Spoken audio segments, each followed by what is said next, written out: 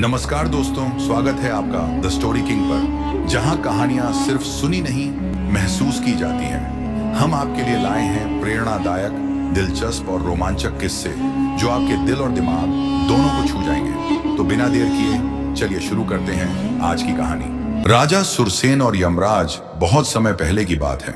गंगा के तट पर स्थित सुरपुर नाम का एक समृद्ध और शक्तिशाली राज्य था। इस राज्य पर राजा सुरसेन का शासन था।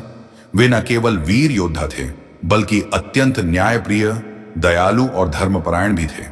उनकी प्रजा उन्हें अपने पिता के समान मानती थी, क्योंकि उन्होंने अपने शासन में कभी किसी पर अन्याय नहीं होने दिया। राजा सुरसेन का महल विशाल और भव्य था, लेकिन उनके दिल में विलासिता के लिए कोई स्थान नहीं था। वे हमेशा अपनी प्रजा की भलाई के लिए चिंतित रहते थे। उनकी दरबार में विद्वानों, योद्धाओं और साधुओं का आदर किया जाता था। एक रहस्यमयी साधु का आगमन एक दिन राजा अपने दरबार में न्याय कर रहे थे कि अचानक एक वृद्ध साधु महल के द्वार पर प्रकट हुआ। साधु के वस्त्र साधारण थे, लेकिन उसके चेहरे पर एक अलौकिक तेज था। उसने राजा को गहरी दृष्टि से देखा और बोला, राजन, आपके जीवन के केवल 7 दिन शेष हैं। इसके बाद यमराज स्वयं आपको लेने आएंगे। साधु के इन शब्दों को सुनकर दरबार में सन्नाटा छा गया। सभी मंत्री, सैनिक और प्रजा विस्मित रह गए। कोई नहीं समझ पा रहा था कि यह साधु कौन है और यह भविष्यवाणी कितनी सत्य हो सकती है। राजा सुरसेन भी चकित थे, लेकिन वे भयभीत नहीं हुए। उन्होंने संयम बनाए रखा और नम्रता से साधु से पूछा, महात्मन, यदि यह विधि का विधान है तो मैं इसे सहर्ष स्वीकार करता हूं, लेकिन क्या कोई उपाय है जिससे मैं इन शेष 7 दिनों को सर्वोत्तम तरीके से व्यतीत कर सकूं? साधु मुस्कुराया और बोला, राजन, यदि तुम इन 7 दिनों में 7 महान कार्य कर सको तो संभवतः यमराज तुमसे प्रसन्न हो सकते हैं और तुम्हारे जीवन का निर्णय बदल सकता है। राजा का संकल्प राजा सुरसेन को यह चुनौती स्वीकार थी। वे जानते थे कि मृत्यु अटल सत्य है, लेकिन वे यह भी मानते थे कि जीवन का मूल्य उसके कर्मों से निर्धारित होता है। उन्होंने प्रण लिया कि इन 7 दिनों में वे 7 ऐसे कार्य करेंगे जो न केवल उनके जीवन को सार्थक बनाएंगे, बल्कि उनकी प्रजा के लिए भी कल्याणकारी होंगे। पहला दिन, अन्न और धन का दान। राजा ने अपने कोषाध्यक्ष को आदेश दिया कि राज्य के सभी गरीबों, भूखों और असहायों को भोजन, वस्त्र और धन वितरित किया जाए। शहर के चौराहों पर भव्य अन्न क्षेत्र लगाए गए, जहां हर व्यक्ति को स्वादिष्ट भोजन कराया गया। कोई भी भूखा न रहे, यह सुनिश्चित करने के लिए स्वयं राजा ने नगर भ्रमण किया। उस दिन राजा को पहली बार अनुभव हुआ कि सच्ची प्रसन्नता केवल राज सिंहासन पर बैठने से नहीं, बल्कि दूसरों के जीवन में प्रकाश फैलाने से मिलती है। दूसरा दिन, न्याय और निष्पक्षता। राजा ने अपने दरबार में लंबित सभी मुकदमों को जल्द से जल्द निपटाने का निर्णय लिया। उन्होंने सुनिश्चित किया कि कोई निर्दोष दंडित न हो और कोई दोषी बच न पाए। एक विशेष मामला उनके समक्ष प्रस्तुत हुआ। एक निर्धन किसान पर झूठा आरोप लगाया गया था कि उसने राजा की भूमि पर अतिक्रमण किया है। राजा ने गहन जांच करवाई और पाया कि यह षड्यंत्र उसके ही कुछ दरबारी मंत्रियों ने रचा था। उन्होंने तुरंत उन दोषियों को दंडित किया और निर्धन किसान को उसकी भूमि लौटा दी। तीसरा दिन, शिक्षा का प्रचार। राजा को एहसास हुआ कि शिक्षा ही समाज की सबसे बड़ी शक्ति है। उन्होंने अपने कोष से एक विशाल विद्यालय बनवाने का आदेश दिया, जहां हर जाति, हर वर्ग और हर लिंग के बच्चों को मुफ्त में शिक्षा दी जाएगी।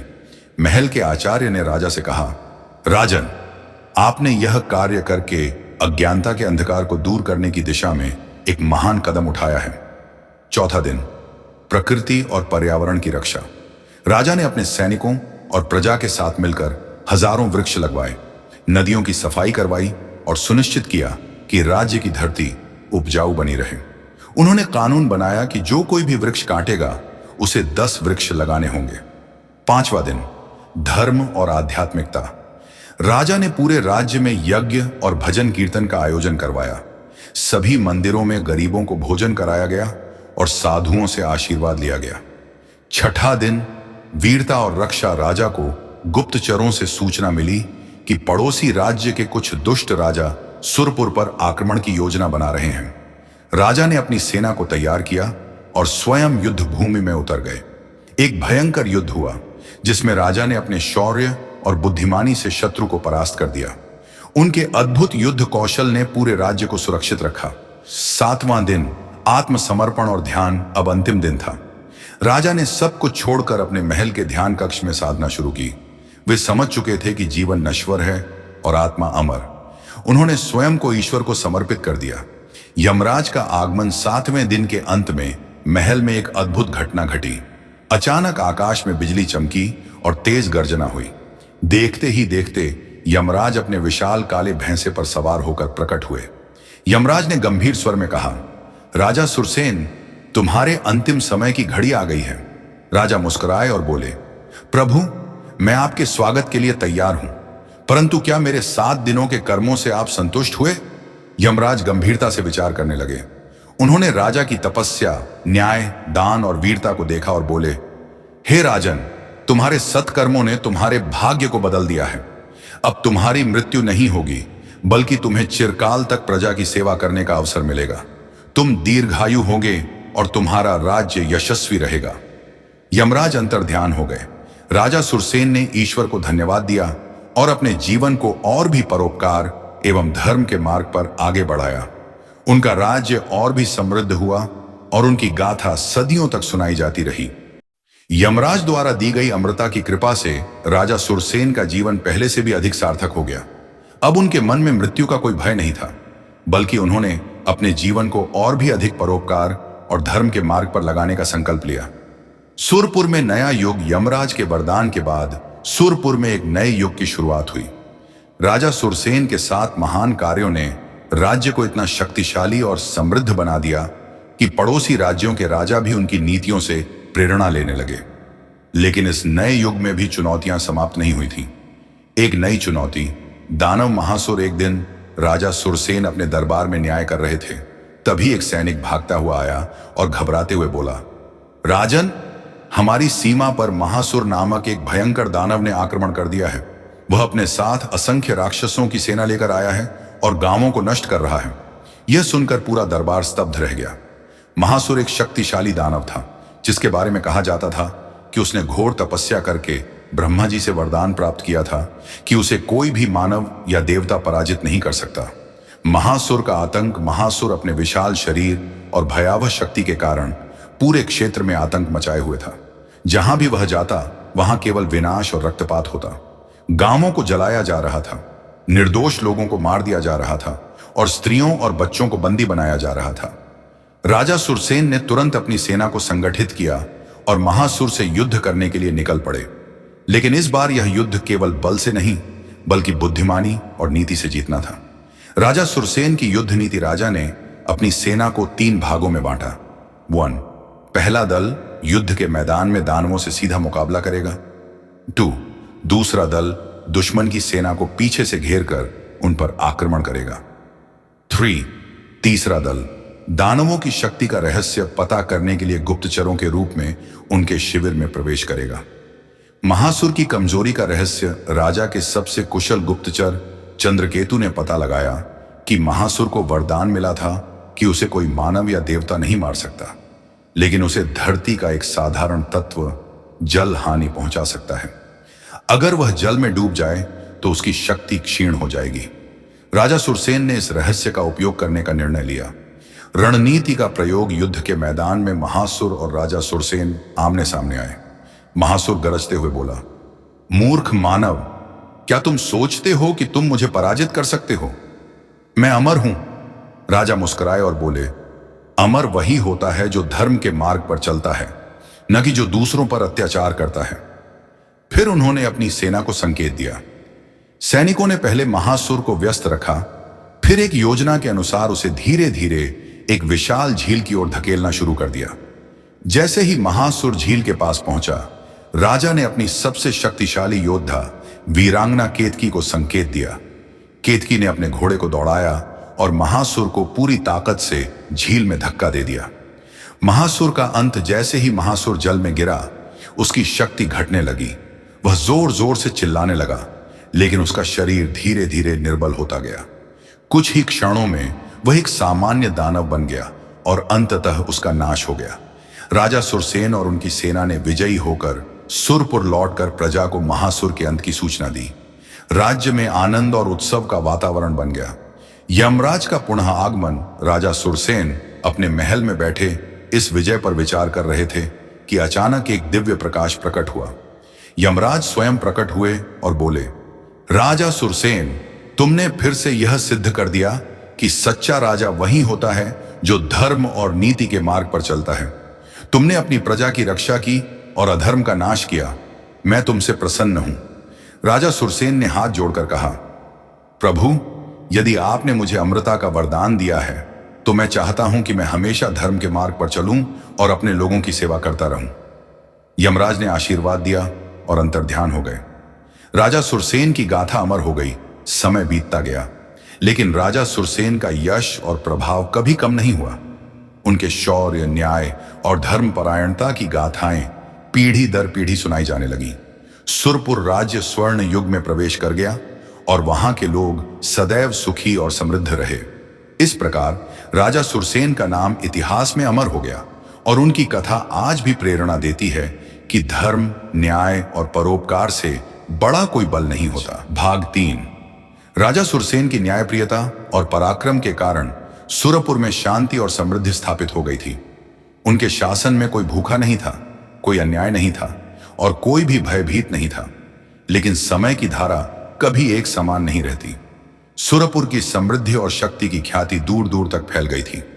कई राजा और विद्वान उनके दर्शन के लिए आते थे और उनकी नीतियों से प्रेरणा लेते थे। लेकिन जहां एक ओर मित्र थे, वहीं दूसरी ओर ईर्ष्या करने वाले शत्रु भी थे। एक नई साजिश।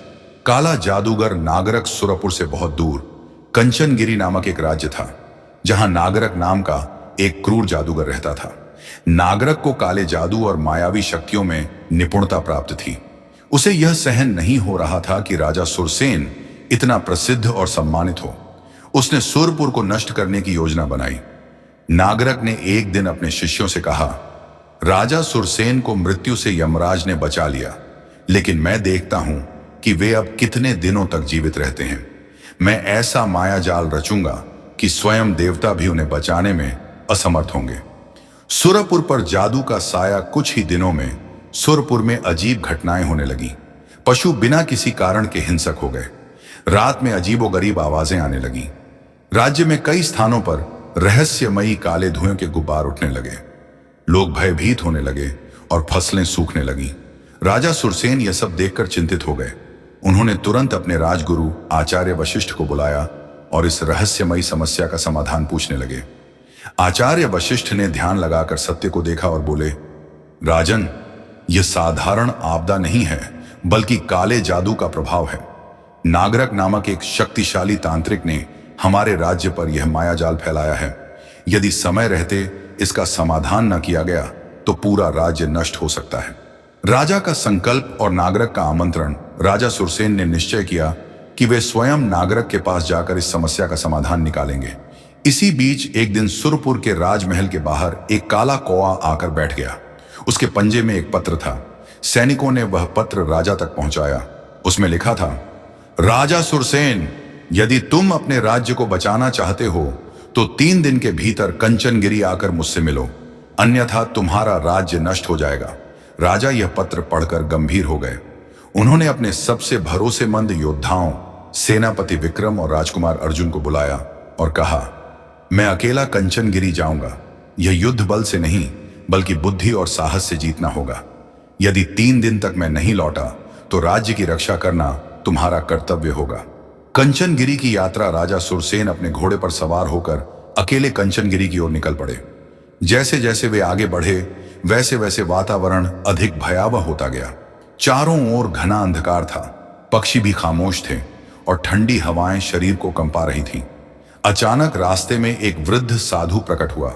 उसने राजा को रोककर कहा, राजन, तुम एक भयंकर मायाजाल की ओर जा रहे हो, परंतु यदि तुम्हारा हृदय शुद्ध है तो यह तिलिस्म तुम्हें पराजित नहीं कर सकेगा। लो, यह दिव्य रुद्राक्ष माला अपने साथ रखो, यह तुम्हें काले जादू के प्रभाव से बचाएगी। राजा ने साधु का धन्यवाद किया और माला को अपने गले में पहन लिया। नागरक का महल एक भयावह स्थान। कई घंटों की यात्रा के बाद राजा सुरसेन कंचनगिरी पहुंचे। वहां एक विशाल और डरावना महल खड़ा था। उसकी दीवारों से काला धुआं निकल रहा था और चारों ओर चमगादड़ उड़ रहे थे।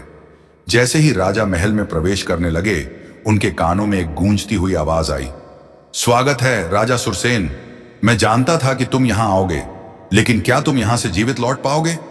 अचानक चारों ओर आग की लपटें उठी और नागरक अपने सिंहासन पर प्रकट हुआ। उसके लंबे बाल थे, आंखों में लाल चमक थी और उसके हाथों में एक जादुई छड़ी थी।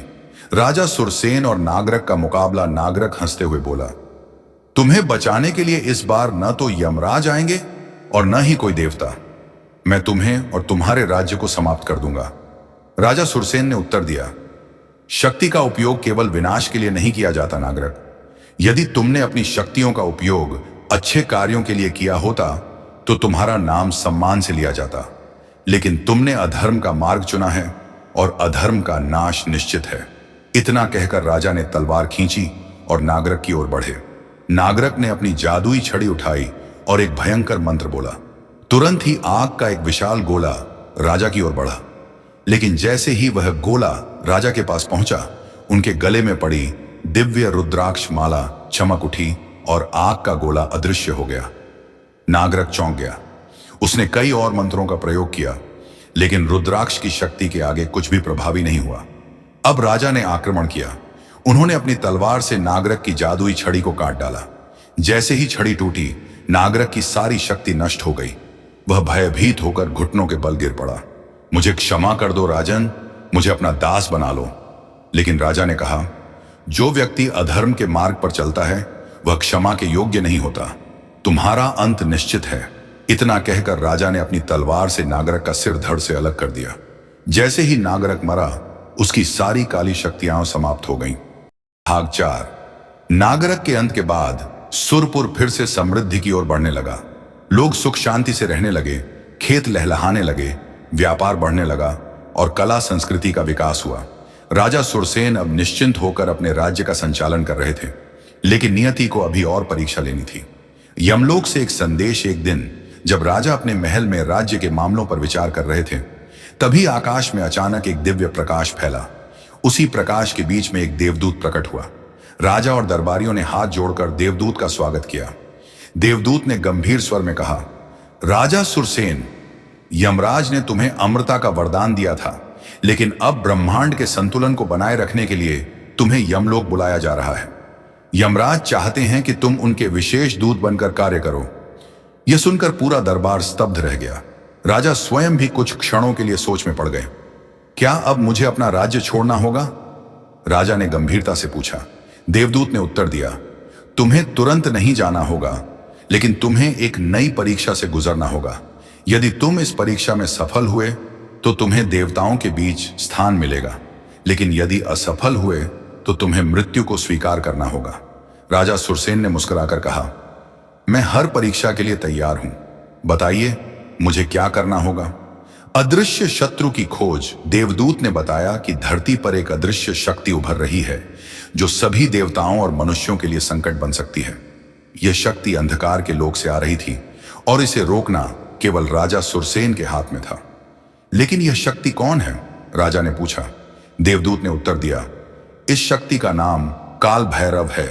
यह एक प्राचीन दानव है जिसे हजारों वर्षों पहले ब्रह्मा जी ने स्वयं बंदी बना दिया था, लेकिन अब कुछ असुरों ने उसे मुक्त कर दिया है। वह अदृश्य होकर धीरे धीरे पृथ्वी और स्वर्ग पर नियंत्रण करना चाहता है। यदि उसे नहीं रोका गया तो संपूर्ण ब्रह्मांड अंधकार में डूब जाएगा। राजा सुरसेन ने तुरंत अपने सबसे अनुभवी योद्धाओं और ऋषियों को बुलाया और इस समस्या पर विचार विमर्श किया। काल भैरव की छाया कुछ ही दिनों में पूरे राज्य में अजीब घटनाएं होने लगीं। लोग बिना किसी कारण बीमार पड़ने लगे। रात में भयावह आवाजें गूंजने लगीं। मंदिरों की मूर्तियां अपने स्थान से खिसकने लगीं। कहीं कहीं पर पेड़ अचानक सूखने लगे। राजा को समझ आ गया कि काल भैरव की शक्ति धीरे धीरे बढ़ रही है। उन्होंने निश्चय किया कि वे स्वयं इस अदृश्य शत्रु से टकराएंगे।